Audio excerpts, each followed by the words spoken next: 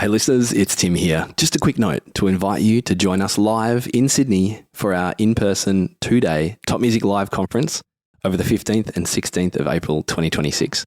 I am so excited to finally be putting together another dynamic, inspirational, life-changing experience for music teachers after the success of our Piano Pivot Live conference in 2020.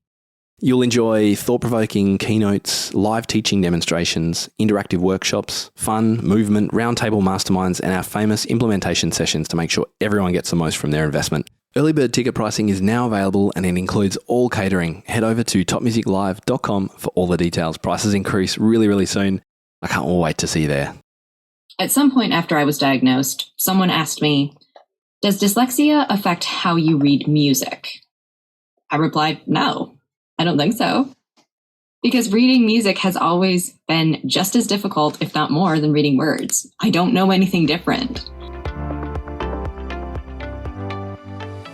You're listening to The Topcast, the original podcast for growth-minded instrumental music and voice teachers since 2015, with your host, Tim Topham.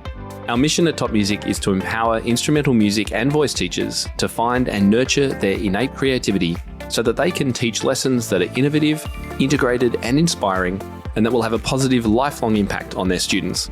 Join us each week as we interview teachers and creators from around the world and unpack fun and exciting ideas to maximize your teaching and studio business success. G'day everyone, welcome back to the Topcast. It's Tim Topham here, and I'm really glad that you've been able to join us. And I hope you've been enjoying this month's focus on our neurodivergent teaching styles, help, tips, strategies, all the things that you need to feel confident and more successful in that area of your teaching.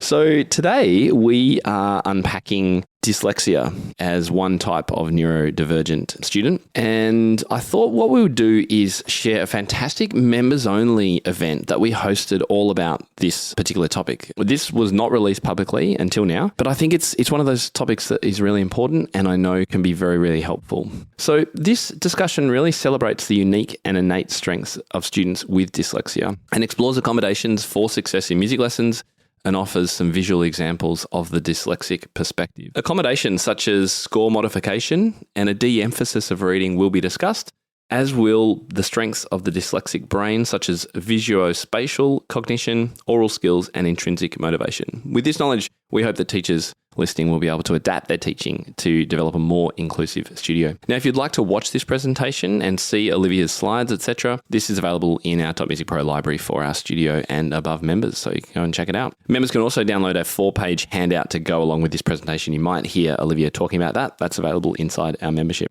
I think one of the most powerful things about today's guest is that she is also dyslexic herself and so has a very deep understanding of the challenges and also the solutions. So my guest today, Dr. Olivia Grace Colomaio, currently serves as Director of the Center for Piano Studies at the University of South Carolina, where she coordinates pre-collegiate and adult piano programs, leads curriculum development, and oversees emerging teachers. A dedicated pedagogue, Dr. Colomaio has presented her research on teaching students with dyslexia on webinars, panels, and sessions at state, national, and international conferences, including the MTNA and the NCKP conference. She's passionate about creating inclusive, engaging learning environments for all types of learners, and she adores her beautifully neurodiverse piano studio. So let's hand over to Olivia to get started, and congratulations, Olivia, for achieving your DMA since the recording of this webinar. A huge achievement. Okay, let's get started.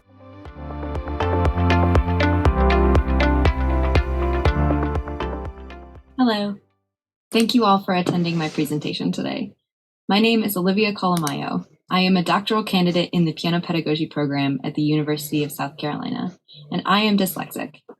When I was 5 years old, I heard a recording of Beethoven's Für Elise, and I was captivated by the timbre of the instrument. My mom put me in piano lessons shortly after that, when she heard me playing the opening of the piece by ear on our late 1980s era clavinova. From the start, reading music and deciphering rhythms was extremely difficult for me. The notes all looked the same, and the rhythms were blurry and unclear. I was told I was bad at theory, and that I was lazy because I didn't count. I didn't know how to express that the counting didn't make any sense to me. Memorization took ages, and I always had memory slips in unexpected places.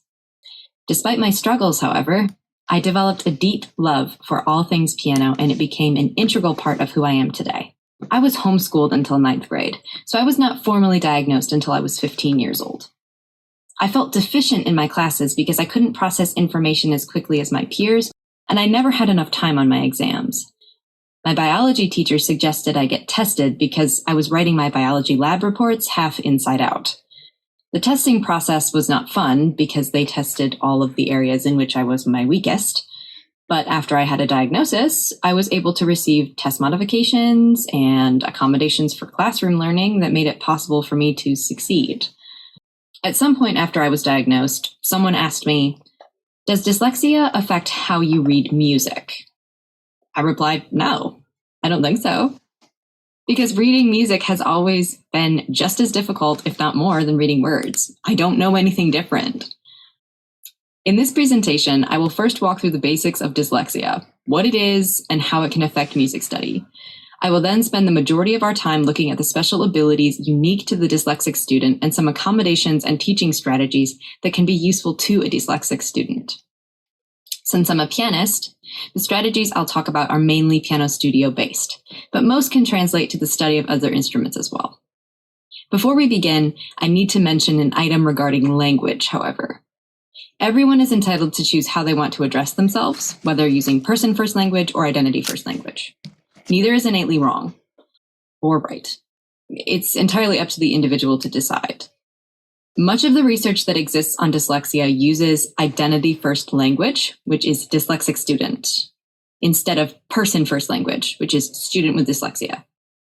When referring to myself, I choose to use identity-first language because dyslexia is a core part of me and how my brain works. I'm a person outside of the label, but I don't go anywhere without it. I can't set it down and walk away from it like carry-on luggage you're not supposed to leave unattended. This presentation reflects both the language of my research and my own personal preference, but it's not meant to offend anybody, and all personal preferences regarding person-first and identity-first language deserve respect. Dyslexia is the most common learning disability in the United States. Approximately 1 in 5 people are dyslexic. However, dyslexia is not unique to this country or even to the English language. Accounts of dyslexia exist all over the world, even countries that use logographic languages such as Chinese, Korean, Japanese, etc. Its prevalence is consistent across cultures and ethnicities. The first published report of developmental dyslexia was by Dr. W. Pringle Morgan in 1896. The report detailed the case of 14-year-old Percy, who had always been a bright and intelligent boy, quick at games, and in no way inferior to others his age, but who struggled significantly with his, quote, inability to read. Dr. Morgan added that Percy would be the smartest boy in the school if the instruction were entirely oral. The International Dyslexia Association currently defines dyslexia as follows. Dyslexia is a specific learning disability, which we'll talk about in a second, that is neurobiological in origin. It is characterized by difficulties with accurate and or fluent word recognition and by poor spelling and decoding abilities. These difficulties typically result from a deficit in the phonological component of language that is often unexpected in relation to other cognitive abilities and the provision of effective classroom instruction. Secondary consequences may include problems in reading comprehension and reduced reading experience that can impede growth of vocabulary and background knowledge. The 5th edition of the Diagnostic and Statistical Manual for Mental Disorders, or DSM-5, as it's more commonly known, also currently categorizes dyslexia as a specific learning disability and lists the following qualifications. Individuals with a specific learning disability must have difficulties in at least one of the following areas for at least 6 months, despite targeted help. Difficulty reading, for example, inaccurate, slow, and only with much effort. Difficulty understanding the meaning of what is read. Difficulty with spelling. Difficulty with written expression. Problems with grammar, punctuation, or organization. Difficulty understanding number concepts, number facts, or calculation. Difficulty with mathematical reasoning. applying math concepts, or solving math problems. Furthermore, they must also have academic skills that are substantially below what is expected for the child's age and cause problems in school, work, or everyday activities.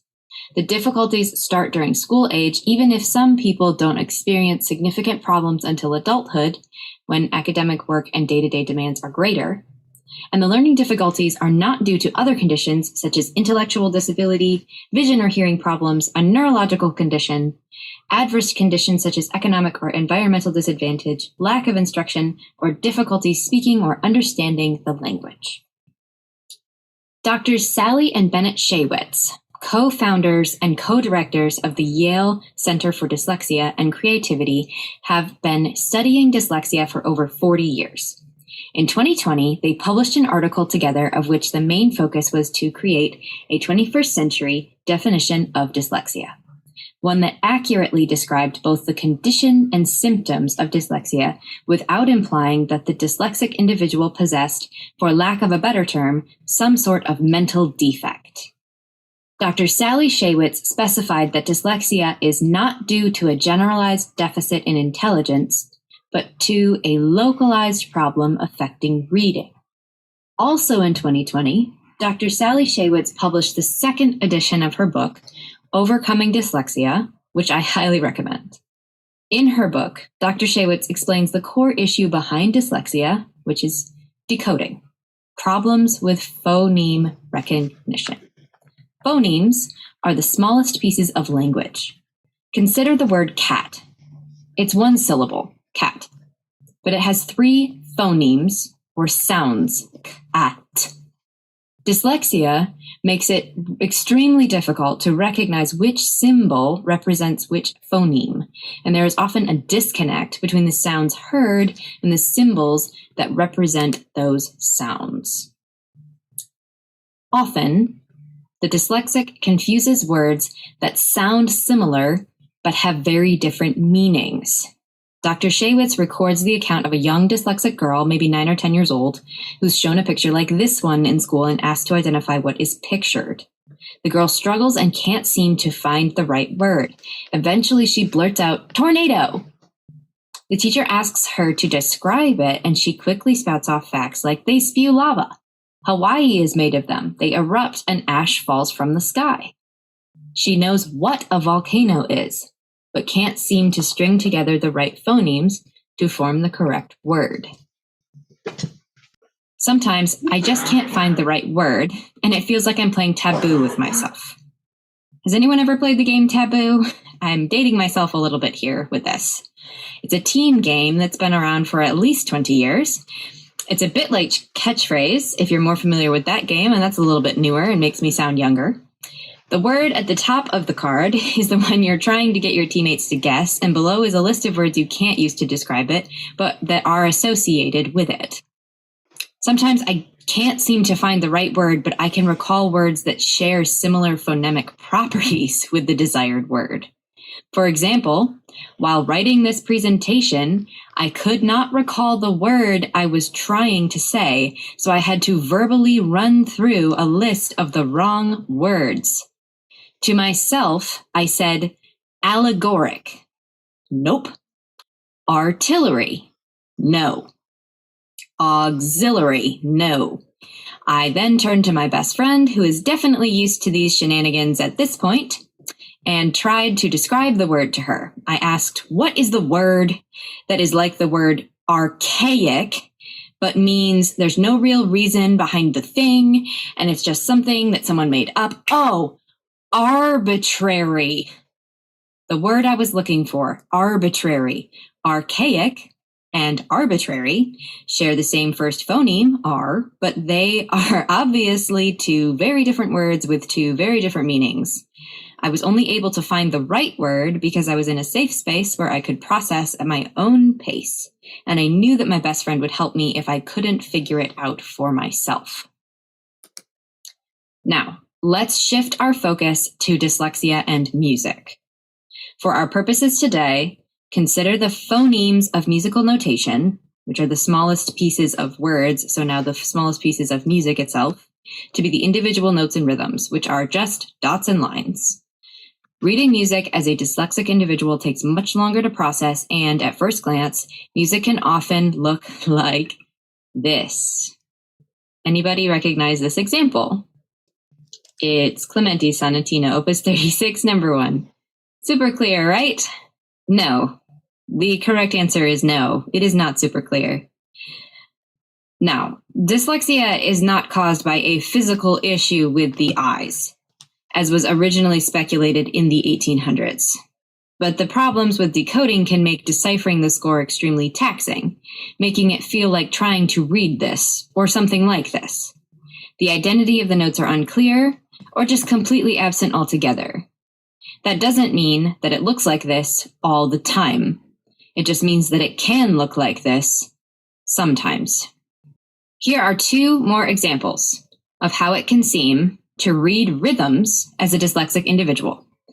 All right, so everyone clap this rhythm together, the top and then the bottom. Ready? 1, 2, ready, and what's the matter? Notice the ambiguity caused by the overlapping and the ties. That's really common with dyslexia. So watch out for tied rhythms in your students' music. Unless the dyslexic has had time to process the smallest units of the rhythm example and determine where every beat should go, it might feel like trying to read this rhythm. Also, did anyone feel anxious when I asked you to clap the rhythm? Imagine being a dyslexic child in a music class, singled out to clap the rhythm for the rest of the class from just reading the notation. Or imagine being a dyslexic student in their first lesson or second lesson with their scary applied professor at a big university or conservatory, trying to read a rhythm and measure up in a studio class. It's easy to see how, for a dyslexic student, reading musical notation can cause high levels of anxiety and lead to visual overstimulation, discouragement, and in extreme cases, cause mental and emotional shutdown. Some other problems dyslexia can cause include, but are not limited to, issues with working memory, that is short-term memory, trouble with judging distance, which results in clumsy sounding playing, almost a complete lack of ability to estimate time, issues with sequencing, poor concentration and copying skills, low self-esteem, and anxiety issues, confusion between the left and right hemispheres of the body, and many, many more. However, rather than focusing on all the struggles caused by dyslexia, let's focus instead on the many natural strengths and unique abilities of the dyslexic individual. Strength number 1. Individuals with dyslexia tend to have strong interconnected reasoning skills, making them capable of easily finding relationships of similarity, dissimilarity, and/or togetherness, which is essentially cause and effect or correlation, among a wide range of objects, ideas, events, or experiences. I love finding the measures that are similar to each other in a piece of music, and I also love finding the melodic patterns that are inversely related.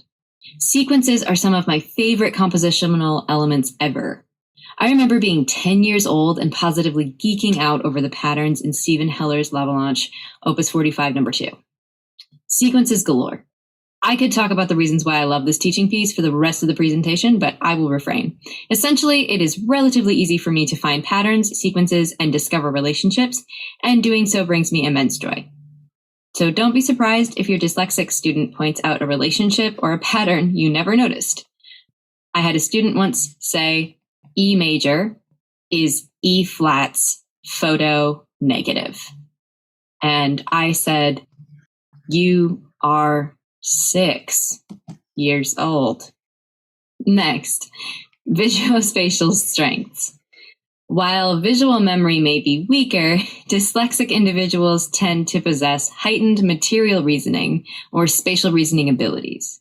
That is, the ability to visualize objects in space, as well as visualizing their manipulation. Designers, mechanics, engineers, surgeons, radiologists, electricians, plumbers, carpenters, builders, skilled artisans, among many others, require strong material reasoning skills to successfully do their jobs. I've moved many times in my adult life, and I am actually quite good at it. With the right tools at my disposal, I can pack items efficiently and make use of every available space. I can pack a car or a storage unit like no one's business because I can visualize manipulation of all the items and anticipate potential problems. My husband, however, moving on. In a study in 2009, dyslexic adolescents scored significantly higher than their non-dyslexic peers on a test of visuospatial abilities, like this one, suggesting that adolescents with dyslexia may exhibit superior visuospatial strengths. The dyslexic pianist might forget the opus number of the sonata they've been practicing for 6 months, but they can probably tell you the black and white key combinations of the first couple of measures and can recall how it feels to play them in great detail away from the keyboard. 3. Unique brain usage. Let me first just explain the main differences between the functions of the hemispheres of the brain. You've probably heard the terms right-brained and left-brained before, when people refer to their own preferences for certain styles of organization and/or activities. Basically, the left hemisphere of the brain is the more analytical side that handles logic, fine details, language, math, numbers, etc. The right hemisphere of the brain is the creative side, handling art, music, intuition, imagination, big picture concepts, visual spatial awareness, etc. According to some of the latest research done by the doctors Shaywitz at Yale and through the use of fMRI technology, we now know that dyslexics use the wrong areas of their brains to read, while a non-dyslexic individual reads neural systems in the left temporal lobe, i.e. Broca's area, and mostly in the occipital lobe, back left, are activated. These are the communication and language centers of the brain. Dyslexic readers, however, activate neural systems on the right hemisphere, as well as systems mainly in the front of the left temporal lobe, Broca's area. In the book, The Dyslexic Advantage, Brock and Fernet-Eid discuss this difference in brain usage. This book just came out with a second edition this year, by the way, and it is phenomenal. I'm working my way through it right now. Brock and Fernet-Eid essentially explain that dyslexic readers, as they call them, compensate with the right hemisphere of their brain and create an image of whatever they're reading while they are reading it. The image is highly detailed and includes background information and context. More colloquially put, I think in pictures. And reading takes me 3 times as long as a non-dyslexic reader because I am building a detailed mental picture of whatever it is I'm reading. So once I create it in my mind, I actually remember it longer and understand it a little deeper. Strength number 4, a compensatory ingeniousness. These are the words of Dr. Shaywitz. Dyslexics tend to be incredibly creative individuals. Albert Einstein and Leonardo da Vinci are suspected to have been dyslexic, though the diagnoses did not yet exist in their lifetimes. Where the tried and true or traditional methods fail, the dyslexic pupil often finds a way around the problem, though it may not be the most conventional. My friends in college used to call me MacGyver. Unlike the 80s TV show, I wasn't using a stick of gum and a paperclip to build a bomb. But after I used a paperclip and sticky tack to repair a wobbly table in the dining hall, because it was driving me insane, I sort of became the go-to handyman among my friends. Liv, I need you to MacGyver this, they would say. I didn't mind.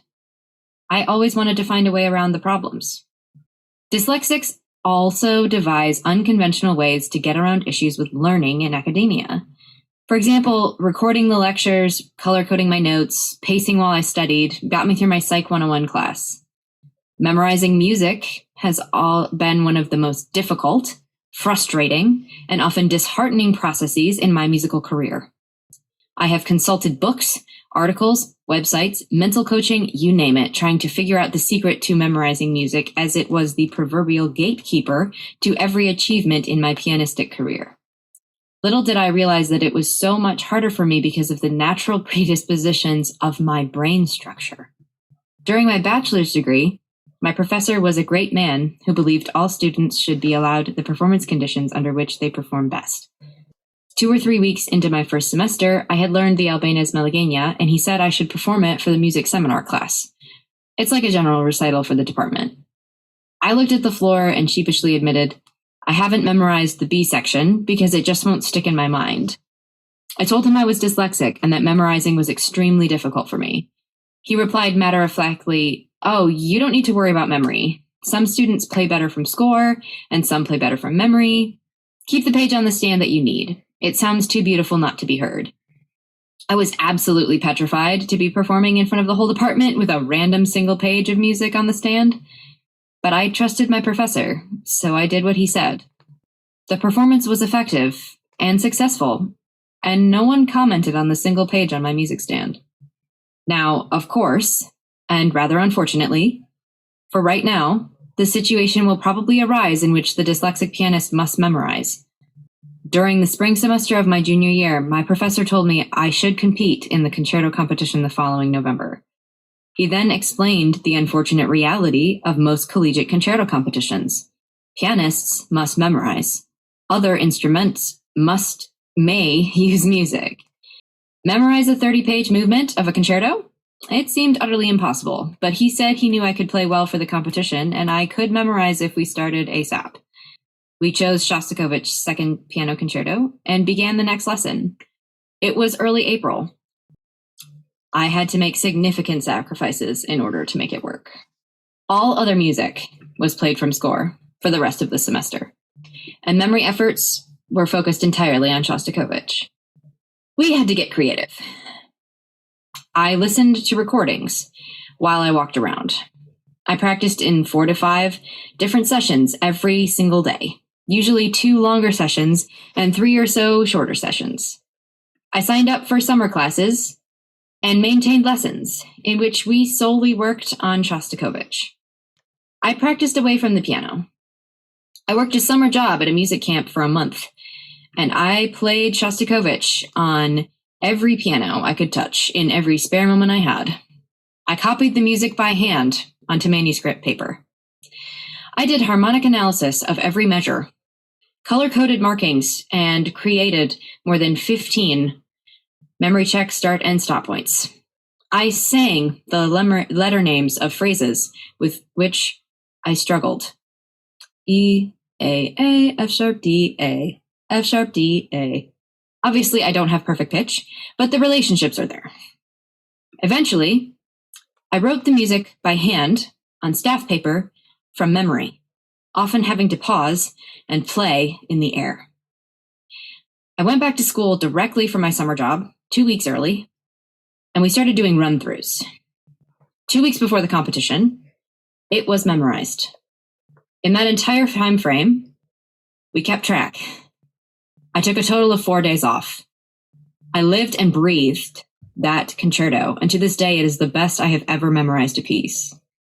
If you're wondering about the results of the competition, I came in second, behind a flute.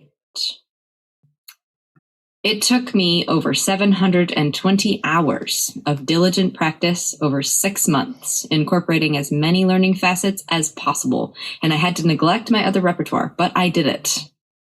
Sheila Oglethorpe explains in her book, Instrumental Music for Dyslexics, that once something is committed to memory, it is not easily forgotten by the dyslexic, and it's true. For over a year after the competition, I could start from essentially any measure or section in the piece and play it with relative ease. Eventually, of course, it began to fade, and I slowly lost the memory. But if I needed to get it back into my fingers, I probably could return it to memory. If I neglected trying to memorize any other pieces, and I quit one of my part-time jobs. Strength number 5, a deep understanding of practical principles. Dyslexics need to understand the core principle behind the rule, the concept, or the activity to be able to retain it long-term, or to get on board. When I was little, my dad told me a story about cutting off both ends of the ham. If anyone's ever heard this story, please bear with me and see if it's the same version of the story, because this is from my dad, and it might be a different version. For those who may not be familiar with it, It's a story that takes place in the kitchen while a family prepares for Christmas dinner. A little girl watches her mother take the Christmas ham out of the oven, cut both ends off of it, and place it on the serving tray. The little girl asks, "Why did you cut off both ends of the ham?" The mother answers, "Because we've always cut off both ends of the ham."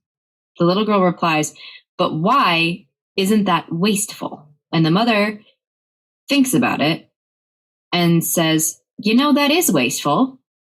Why do we cut off both ends of the ham?" And so she says, "Let's ask Grandma." So they ask Grandma, "Mom, why did you always cut off both ends of the ham?" And the grandma says, "I don't know. We've always done that. My mother always did that." So they're like, "Let's go ask great grandma." So they go into the living room and they ask great grandma, "Great grandma, why did you always cut off both ends of the ham?" And the great grandmother says, "Because my pan was too small."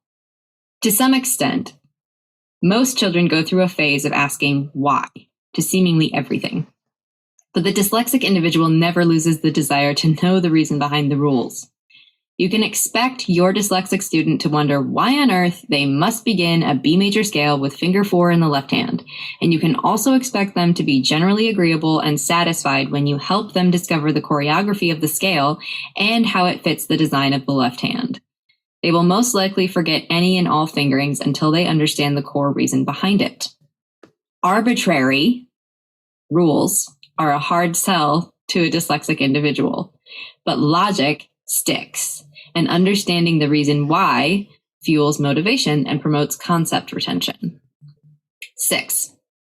Intrinsic motivation. Perhaps one of the most important innate strengths of the dyslexic individual is their persistent intrinsic motivation to keep trying. It is a phenomenon of many dyslexics that they never give up, as Oglethorpe puts it. Intrinsic motivation is the most powerful kind of motivation because it is not dependent on external factors, but rather is fueled by the individual's personal dedication, discipline, and passion. The dyslexic student desperately wants to succeed. As long as they know they have your support and your patience, the typical dyslexic student will keep trying until they succeed. So, I have a dyslexic student, or I think I might. How can I help? Accommodations for the piano studio. I just want to briefly note that typically, good accommodations follow the principles of universal design. More accessibility for one person is more accessibility for everyone. So while these strategies are specifically aimed at helping the dyslexic student, some of these strategies may also be helpful for neurotypical students. First, de-emphasize the importance of reading. Incorporate off-the-bench activities that involve moving, like Dalcroze eurythmics. Incorporate sound before sight instruction in line with Gordon's music learning theory as much as possible.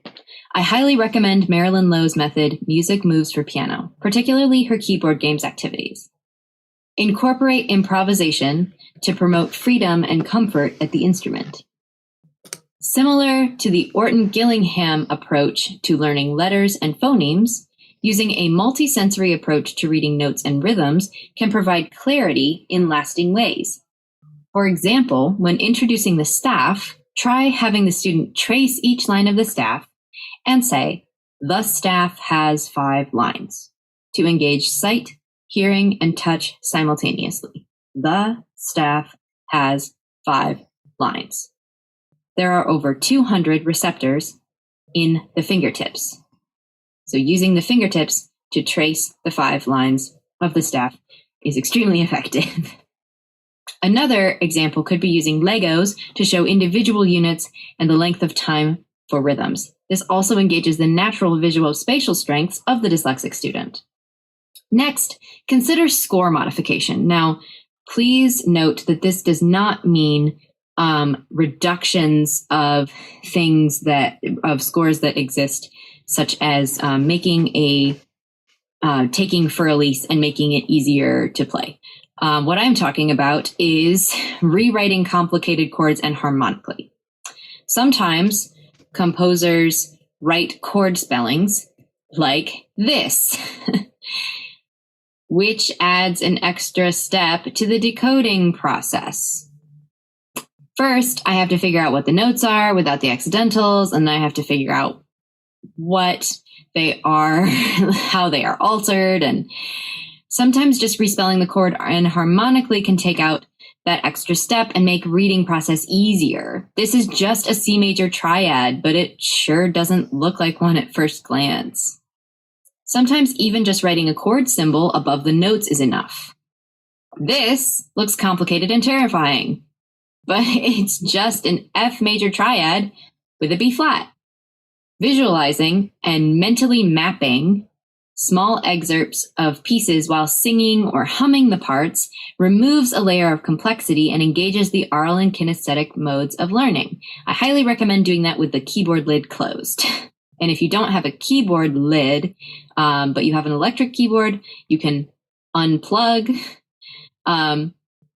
or you can, if you're not in a situation where you can close the keyboard lid, you can try to do it on you can have the student do it on their legs.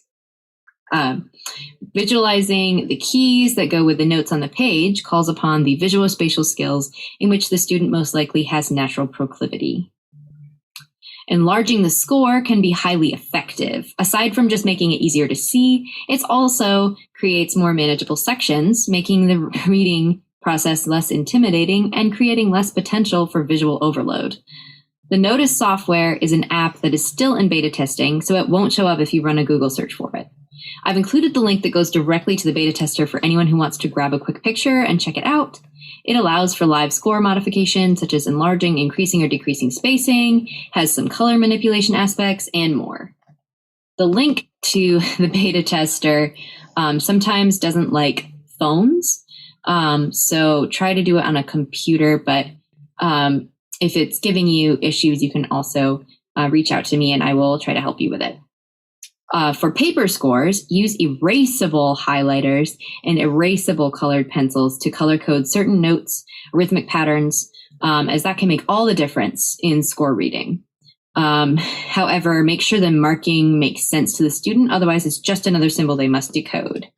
I had a student the other day who really could not read half notes until we marked them with green colored pencils, and I don't think it was the significance of green. It was just that we circled it in green and we filled up the entire space of the measure in green.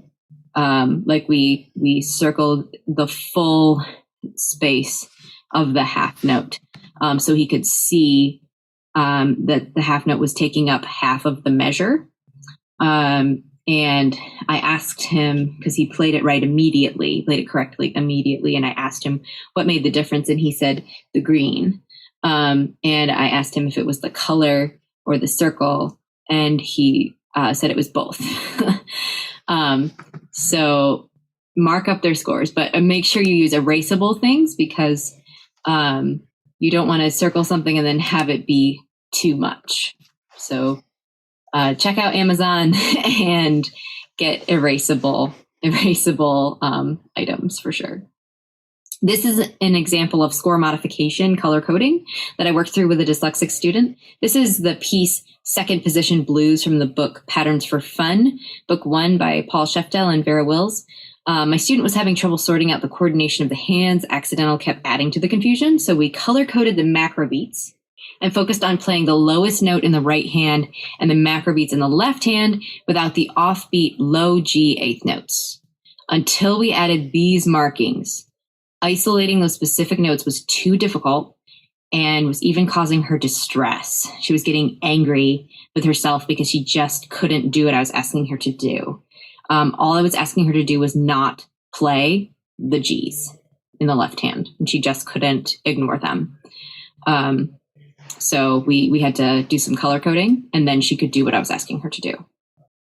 Finally, just create a safe environment in your studio. Involve the student in all stages of the process, every decision. And this comes from page 48 of the Oglethorpe book. It essentially refers to keeping open lanes for communication. When presenting a new strategy to a student, suggest it as a possible solution, try it, and if it works, great. If it doesn't, try something else.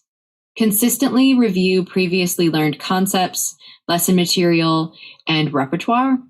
to solidify principles. Robert Duke suggests starting from scratch every lesson with every student, teaching the same lesson plan 3 weeks in a row to build toward independent learning. The dyslexic student must understand the core principles and elements before they can grasp the big picture elements of their pieces. If your student is struggling to find the word they mean, you can encourage them to describe the word as best they can, but most importantly, just give them the time they need to process. Offer help in a way that lets them know you have full confidence in their abilities. For example, you can say something like, "You're so close, take your time, you've got this." Like, "I've got all day, I'm fine. Like, I'm good. Can you describe it to me? Describe, what is it? Tell me about it." Say some words that are associated with it. Then let them process on their own time. Most of the time, just wait, just listen. Listening is really the best thing. I have discovered that when I stop trying to remember the word and start trying to describe it as best I can, I often remember the word. Your student most likely already feels like they think at a rate that is millenniums slower than that of their peers, and they need to know that in your studio, there's no rush. This also applies to reading music.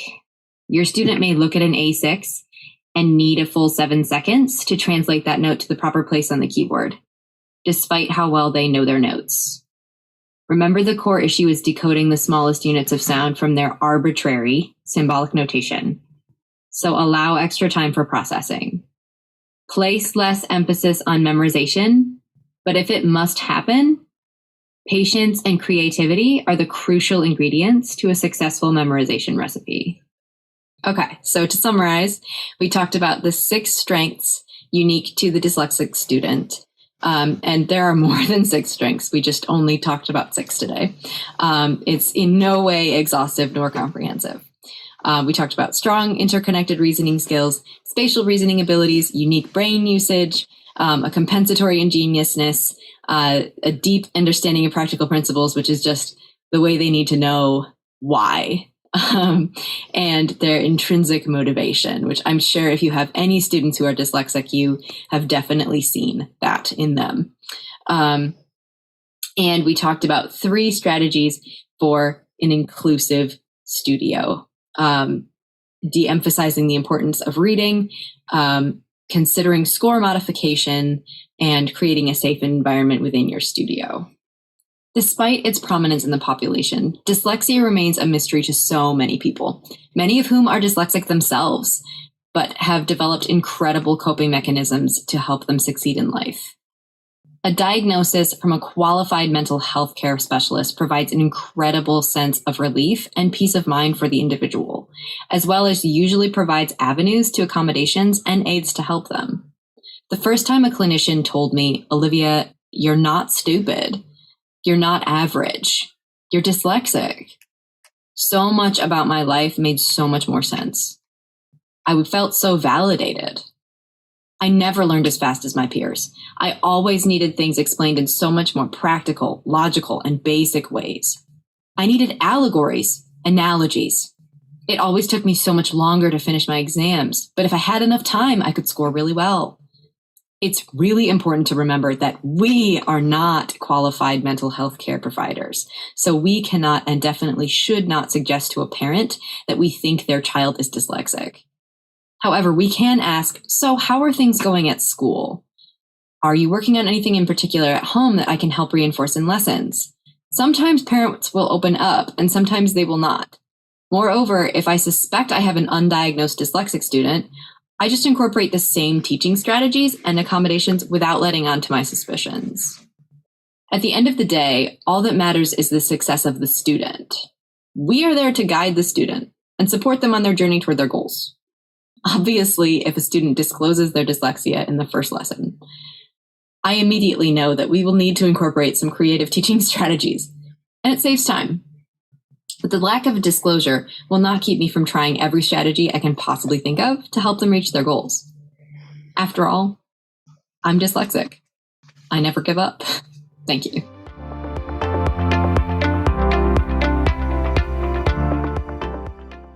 So I do hope you enjoyed Olivia's presentation and overview and got to take some notes as well. Now, for the next part of the presentation, it was a Q&A with our members, hosted by Tara Wright, which is available inside our membership as part of the original webinar. So if you did have some questions, they may well have been asked and you can go and check them out. I know one of the questions was about whether Olivia recommends color coding notes and staff lines and things like that.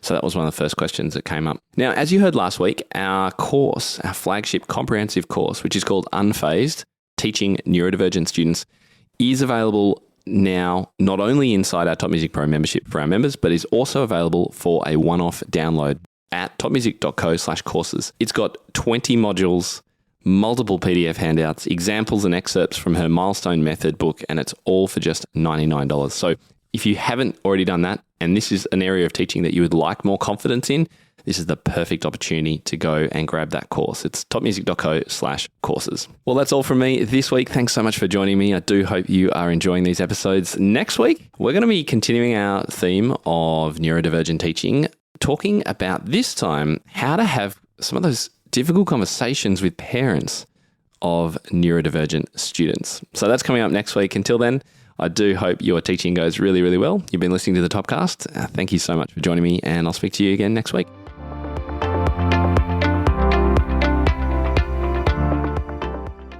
Olivia, that was such a wonderful presentation. Now, if anyone has questions for Olivia, please ask those. You can ask them in the chat, or you can unmute yourself and ask Olivia. We did have one in the chat. Have you ever used color staff lines to help dyslexic students? What are your thoughts on this?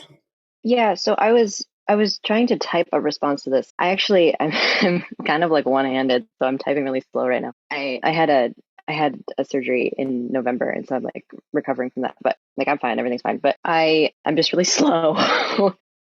So I have used colored staff lines with dyslexic students, and I do know of a master's student who is trying to do her thesis on like a rainbow staff line. And I think she's from Colorado. She was either USC or Colorado. I think she was from Colorado. And I met her at MTNA National last year, and she was telling me about her presentation. So she was trying to like run a study with a rainbow staff line with dyslexia. And I was like, wow, this is like a huge study. And I haven't used that before, but I have used colored staff lines with like highlighters. Basically, I found that when a student tells me this is helpful, we keep doing it. So I've had a student where we suggested something like, what if we made treble G green all the time? And she was like, yeah, let's try that. And so we did that for like a month. And that was something that worked for her for a while. And then we stopped doing it because she learned that was G. And then she didn't need it anymore. She still flips, like years later, she still flips lines and spaces because she's still dyslexic. And so reading is still an issue, and flipping stuff is still like the way that she still reads. So it's not like it's going to fix anything, but if it makes it easier to read and to learn, then that's great. It's kind of, I don't know if anyone here has heard of Orton Gillingham. Has anyone heard of Orton Gillingham? Yeah, okay. Linda has. So Orton Gillingham is this method of instruction for reading, and I am looking more and more into it and trying to figure out how to incorporate it into music teaching, because it's an incredibly successful way to learn how to read for dyslexics. And it's relatively new. And basically it's just like, you're dyslexic, here's how you learn how to read with that. And they use multisensory teaching, but the method uses multisensory teaching, and it's like, doesn't try to change you. So I want to try to incorporate that into music. So yes, I think long answer to a very short question. But if it works, absolutely go for it. I think that it's great if it works. Another question is, have you used solfege in lessons? I have absolutely used solfege in lessons. We have used, everything possible. The last time I used solfege, I had a dyslexic student who was primarily a singer, and we had to recall, it was because of a lot of the oral strengths that a dyslexic has or can have, and because this singer is dyslexic, or because this dyslexic is a singer, we used solfege a lot to call out things that in her pieces of like, what are you doing? What's happening there? Why is that not in the scale? Because she was having a hard time reading the scale and reading the notes and the patterns, but she could recall the pattern, the solfege, because she could sing the solfege really well. You could also use the hand motions of solfege because that's multisensory, if that worked with you. Another question. If you found it such a benefit to learn that you are dyslexic yourself, wouldn't it help your student if you suspected they are dyslexic to discreetly ask their parent whether they've considered getting their child assessed? Background: on my registration form, I asked my studio parents if they're open to hearing from me on how their child learns, and most of them say yes. With this permission given, don't you think it would help if the child to be assessed help them understand themselves? Ooh. Okay, so yeah, you can really run into some. Sorry, I see the comment about the OG. Assuming you're talking about Gordon. So yeah, you can really run into some issues with suggesting that someone get diagnosed for anything. People get really offended, and it can be a very, very difficult thing to do. So unless you have a very close relationship with someone and you have that place, it's a personal decision that you would have to make yourself. But I would never recommend that anybody do that. Lisa's asking, what is the name of the method again? Oh, the method that I said was Orton-Gillingham. I will type that in. What do you think about using the Gordon rhythmic solfege? Yeah, so I was trained on that in my undergrad, and I didn't know that I was trained on Gordon because they didn't tell us what they were doing. But I was trained on Gordon, and it was great. But lead sheets. Yes, lead sheets are great. I was trained on Gordon, and I was like, this is great. These neutral syllables thing, this makes more sense to my brain than the numbers ever did to me. This is great because it's making more sense to me. But then I tried to teach it. And I tried to teach it to a bunch of dyslexic students over the course of my career. And we have had a terrible time with that. And some students have gotten it, some students have not. There is no one counting approach that I ever endorse because a different one will work for every student. And sometimes a different one will work every day. Because that's how it is today now, apparently. But that's how it is. But we do whatever works for the student. Sometimes it's syllabic, sometimes it's metric, sometimes it's nominative, sometimes it's directive, and sometimes we're doing ORF. I don't know what we're doing, but sometimes we're just doing whatever is necessary for them and whatever makes sense to them. But I have noticed that you have to be consistent, and which is, ironic because what I just said was incredibly inconsistent. And number one, and number whatever I'm on, you have to, or I had to learn the subdivision of the beat. Okay. The subdivision of the beat was the important thing for me. And regardless of whatever counting system you're using, that was what was hard for me. And so learning the subdivision of the beat, learning the smallest part of the beat, that was the missing piece for me. And so learning Gordon in undergrad taught me where to put all those smallest parts of the beat. And so then I was able to synthesize everything. And now when I'm teaching my dyslexic students and I'm like, what looks scary about this, 9 times out of 10, they're like, it's that big space right there. I don't know where to put anything. And I'm like, okay, well, we put in the subdivision of the beat, and they're like, oh, okay. It's because they can't feel time pass. So they don't know where to put anything. So putting in the subdivision, whatever counting system you use is going to fix it. A school district won't test for dyslexia. Say it's too expensive, and yep, it is. It's very expensive. Oh, it's very expensive. District doesn't have supports for dyslexia either. Yeah, no one does.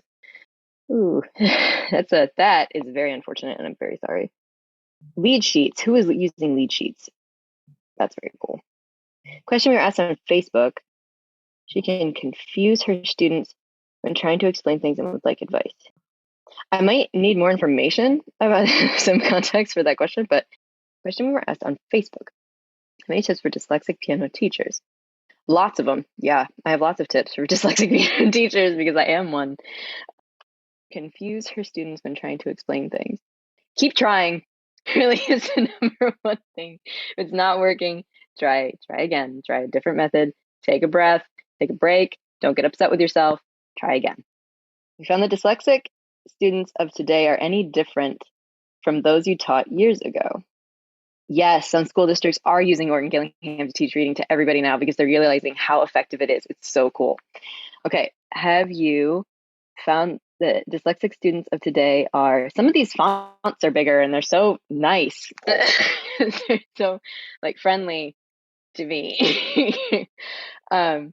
Have you found the dyslexic students of today are any different from those you taught years ago? In general, I've observed that all students' brains process and function totally different now. I mean, I'm not as seasoned as some teachers, but I have been fortunate to come into contact with a lot of students, dyslexic students of various ages. So I have young students with dyslexia, and I have some dyslexic students who are like approaching their 70s. And one consistent student I've had for almost 5 years now. She's phenomenal. I love working with her so much. She's so wonderful. And she is a huge part of my research. And just the difference in I would say I do notice a difference in just the way they approach material and stuff. But I mean, it's different generations. So I'm not sure if I answered that question. It's kind of how like all autism is different. Everybody's dyslexia is a little bit different, but there are consistencies across the board. She started Orton Gillingham. So proud to at least be able to recognize some of the alphabet. Yes, get it, girl. I've started her Wilbeck's Easy Note system. Okay, awesome. Yeah, and it's going to be slow. It's going to be slow, but she'll get it. And that's something that we like have to be comfortable with. That it's slow, and it takes longer. But if we're comfortable with going slower, they'll be more successful. If we try to push more and more and try to push them faster than they can actually do, they won't be successful, probably. I had a hard time teaching rhythms, especially in 2/4. Oh, 2/4. Man, I had a war with a kid about 2/4 the other day. Clapping continuous rhythm patterns in front of her students can be hard as she can't keep the same flow. Using TTC. Yeah, it sounds like she's using almost like I mean that sounds like the counting system in Faber. It almost sounds like Takadimi. She could explore some other counting rhythms, but we should connect on social media, and we should get connected and see if I can answer some of her questions. Yeah, of course. Thank you so much for having me. Thanks so much, Olivia. This has been absolutely wonderful. You have so much information, and I know it's helping a lot of piano teachers because there's not a lot of information out there about teaching dyslexic students, especially piano students. So this has been truly helpful for everyone. Drawn to asking a lot of questions about their dyslexia and how we can best accommodate them, but I'm certain I might make the learning process too much about that aspect of it. If you teach a lot of adults. So I've had a lot of adult students for some reason. I've ended up with a lot of adult students, and there's a special thing about teaching adults. It's a very different connection. It's very different. It's a very different thing than teaching kids or teaching adolescents or teaching anything. It's a very different relationship with teaching adults because I don't have a website. I'm working on it. Trying to get one going. I have a very unhelpful Instagram with nothing on it. So I'm trying to get a website, and I will get that up this summer. That is the goal for this summer. I will get a website up, and it will be a thing that people can look at. I have a LinkedIn. It's nothing. So I have a LinkedIn.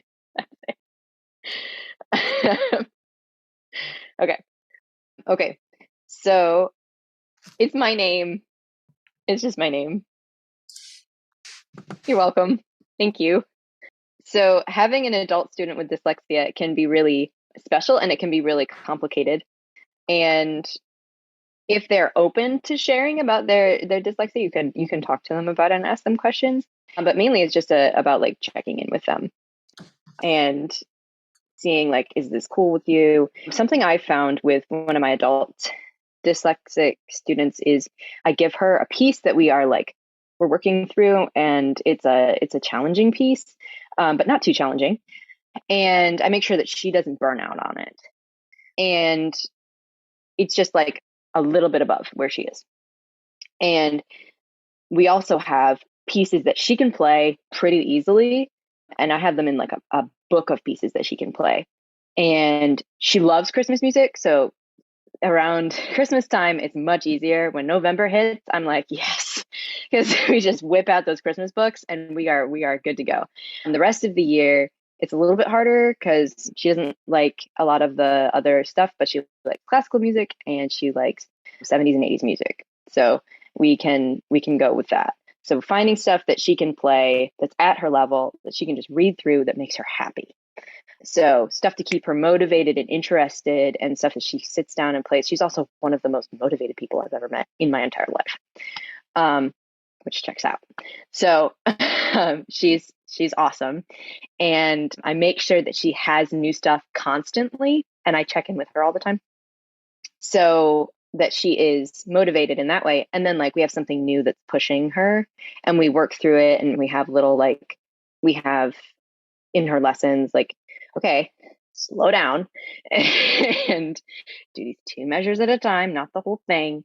And we do the teaching strategies, and I've given other presentations on like how to actually teach a dyslexic student and stuff like that. I'm going to be on a panel asking questions at MTNA National this next week in Atlanta, if any of you are going to that. So I'll be there doing that. But you can ask this student like how comfortable he is with you checking in on that, or you can just kind of gauge the situation and trust your pedagogy and try to keep him motivated with stuff that he can play, stuff that he likes to play, and push him and trust yourself as a teacher. I love composecreate.com. Found some great stuff there. And Olivia actually has a handout that she put in the chat a little bit ago. So if you haven't downloaded that, make sure to scroll the chat and download that. I will also get it uploaded to the Academy along with the replay. So if any of you missed any parts of the presentation, you can definitely go check that out as well. And do we have any more questions for Olivia for today? Oh yeah, I'm on Facebook too. My full name. I just wanted to say thank you so much for the presentation and all the wonderful responses to our questions. It's really appreciated. Thank you. Shoot, I just replied. And we have one more.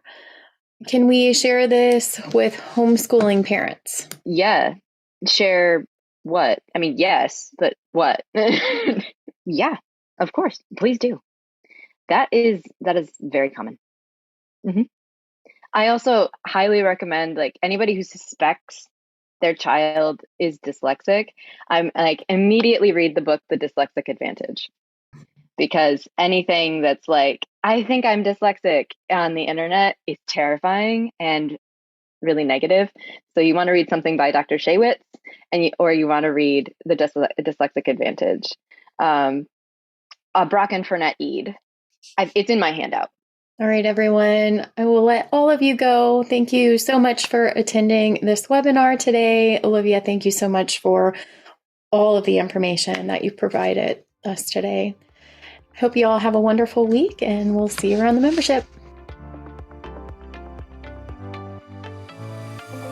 How do you keep up to date with all the latest trends and research into music education? How do you connect with other teachers around the world and make sure your teaching stays fresh and relevant for students of all ages and stages, both now and into the future? I created our Top Music Pro membership to be the one-stop shop for music teaching resources, training, support and community, and I'd love for you to come and join us inside. With over 40 comprehensive training courses, hundreds of teaching demonstrations and lesson plans, free monthly sheet music, discounts, and all the business and pedagogy support you could ever need, Top Music Pro is the community you've been looking for. If you're ready to level up your learning from the podcast and join thousands of other teachers in our global network, head over to topmusicpro.com today. If you enjoy this show and want to hear more of our work, be sure to subscribe to this podcast wherever you're listening today. For links and resources mentioned in this episode, visit us at topmusic.co/podcast or check out the show notes. I'm Tim Topham. Thank you so much for listening. Enjoy your week ahead, and I'll catch you next time.